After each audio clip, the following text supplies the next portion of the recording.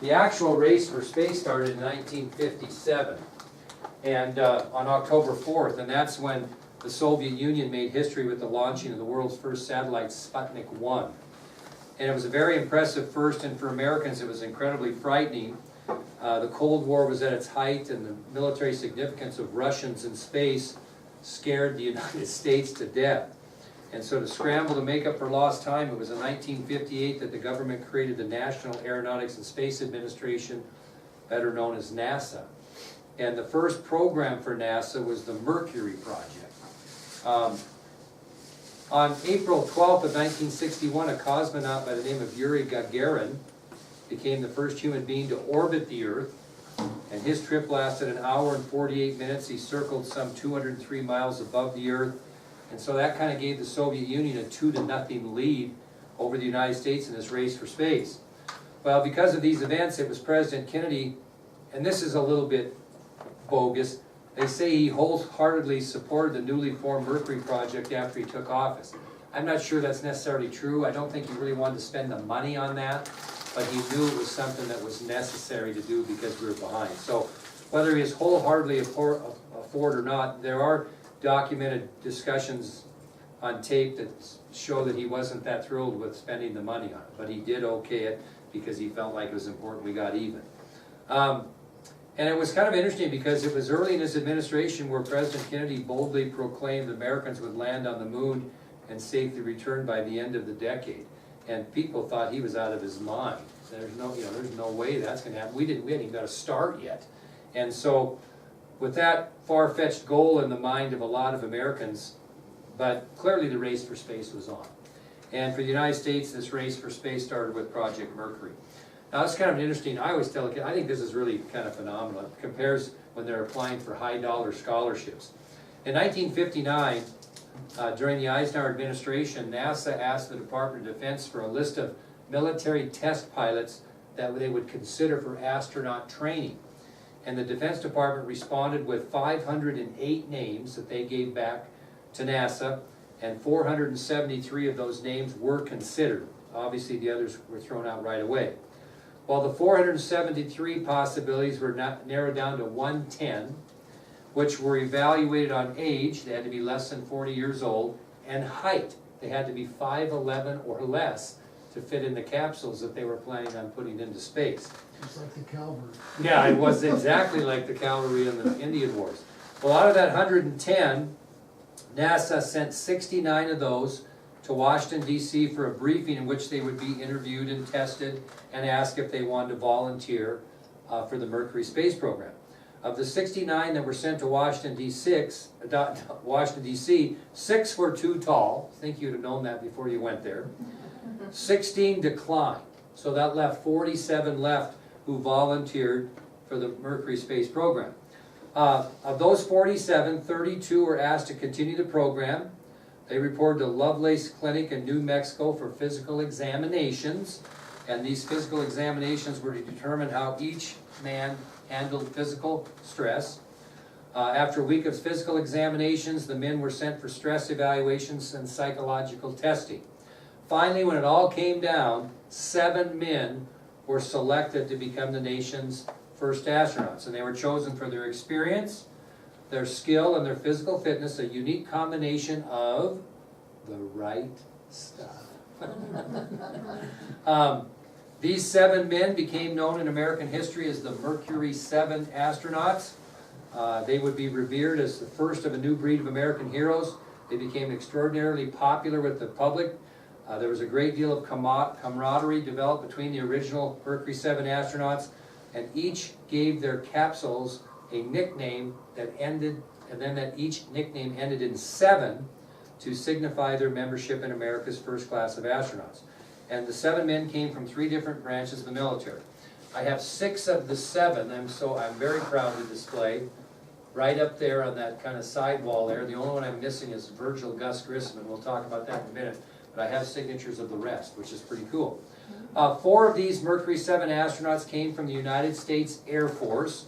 You had Captain Gordon Cooper Jr., who was 34, Captain Donald Deke Slayton, who was 35, Virgil Gus Grissom, who was 33.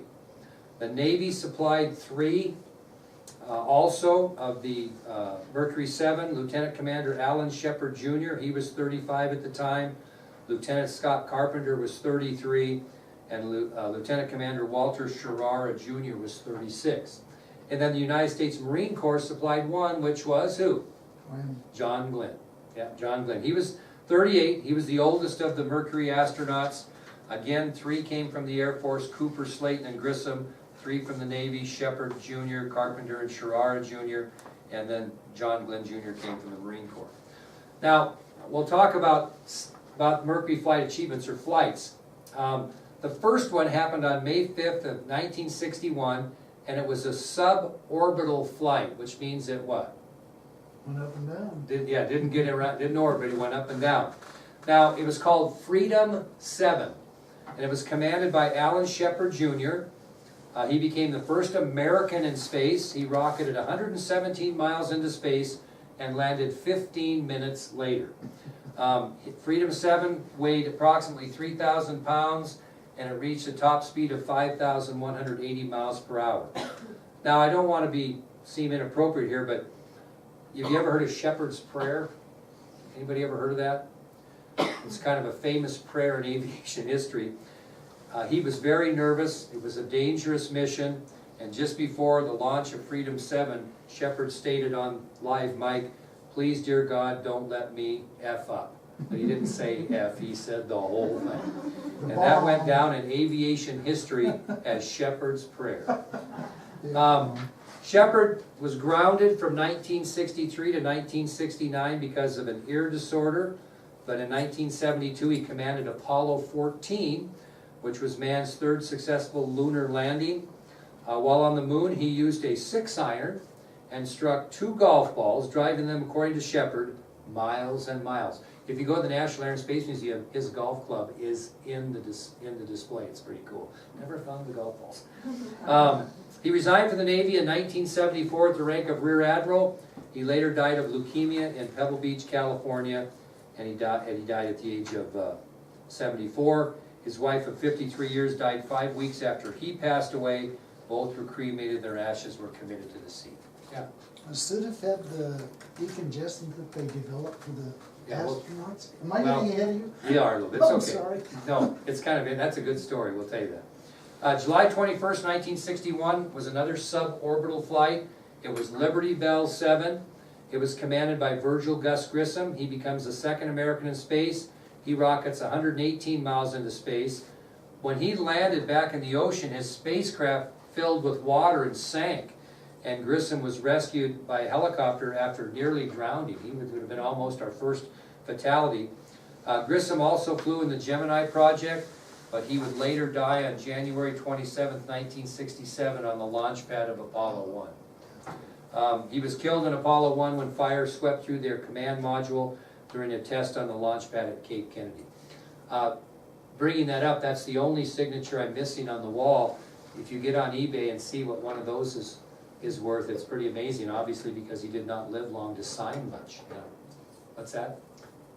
Wasn't it said that he blew the capsule and that's why it sank? Yeah, he blew the hatch too quick. Panicked. Yeah, he did. He did. And then they went down 40 years later and recovered it. It's being, I think it's being refinished, and it's in the National Air and Space Museum warehouse, which is at Boeing, or Dulles Air Force. At Dulles Airport Base, they have a big, that's where they do a lot of the reconstruction. They're still working on that. So, the 3rd flight was on February 20th, 1962, the most famous flight, Friendship 7. It was commanded by John Glenn Jr. He becomes the first American to orbit the Earth. He circles the Earth 3 times in less than 5 hours. The success of Glenn's flight helped overcome fears that the Russians were winning the race for space. He never flew again as an astronaut and resigned from the Mercury project in 1964. Why didn't he fly again? He did end up flying in the space shuttle in his 70s. But anybody know why he never flew again as an astronaut? Most famous astronaut you probably ever heard of, other than maybe Neil Armstrong. Why didn't he not fly again? Anybody know? He got grounded. You know who grounded him? President Kennedy. You know why he grounded him? did not want the new American hero to die in space by flying another flight. Because they were very dangerous. They were dangerous. After he resigned from the Mercury project in 1964, he eventually retired from the Marine Corps, and he won election to the United States Senate in 1974 from Ohio, and he served in that position until 1998. I can't think off the top of my head, but he went up in the space shuttle, I think when he was 78. And that was, you know, between flights he had quite a distance.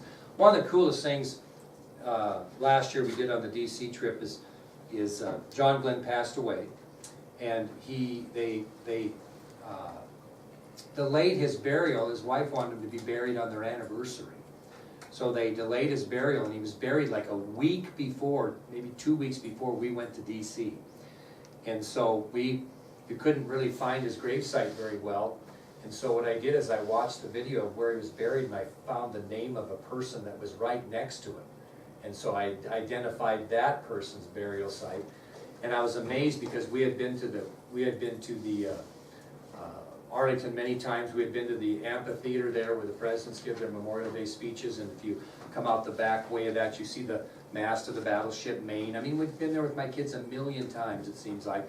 And John Glenn's buried about 30 yards to your left, right next to the road. It was pretty cool. When we went there, they had no stone up for him yet. They just had the little tiny plaque. But it was pretty cool to see that for the kids after we had talked about it. The next flight was May 24th of 1962. It was Aurora 7.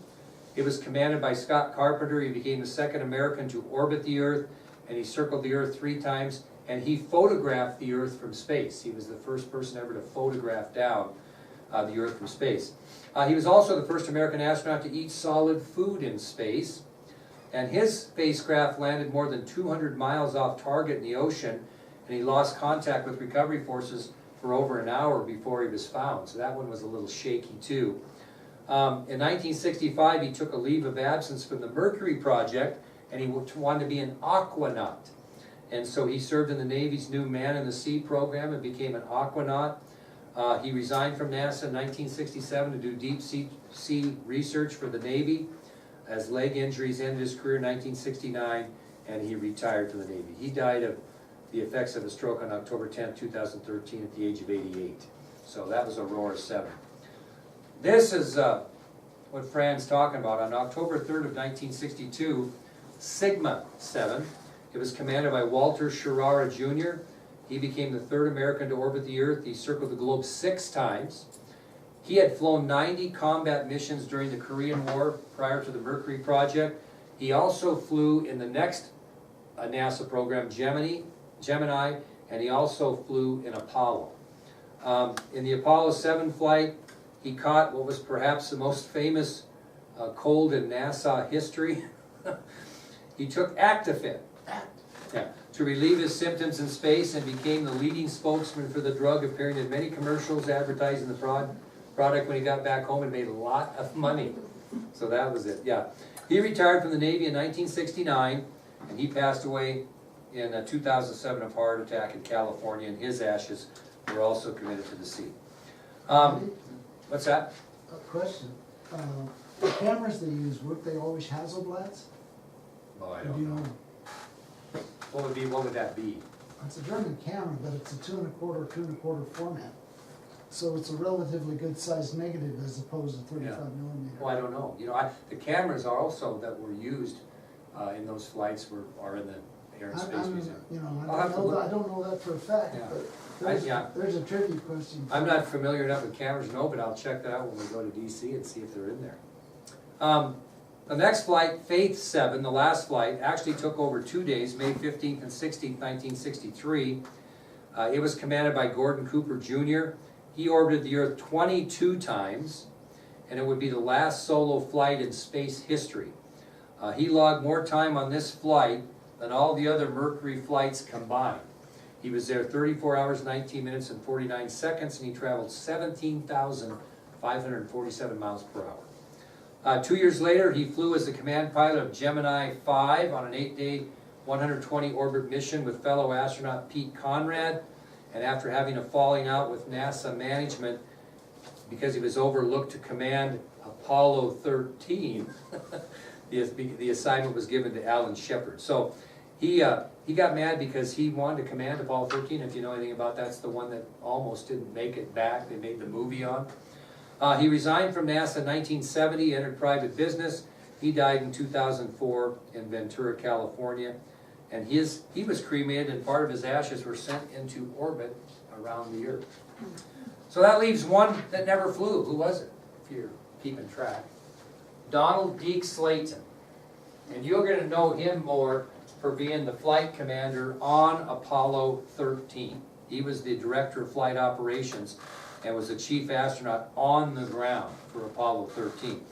He never flew a Mercury flight due to the fact he was grounded for an erratic heartbeat.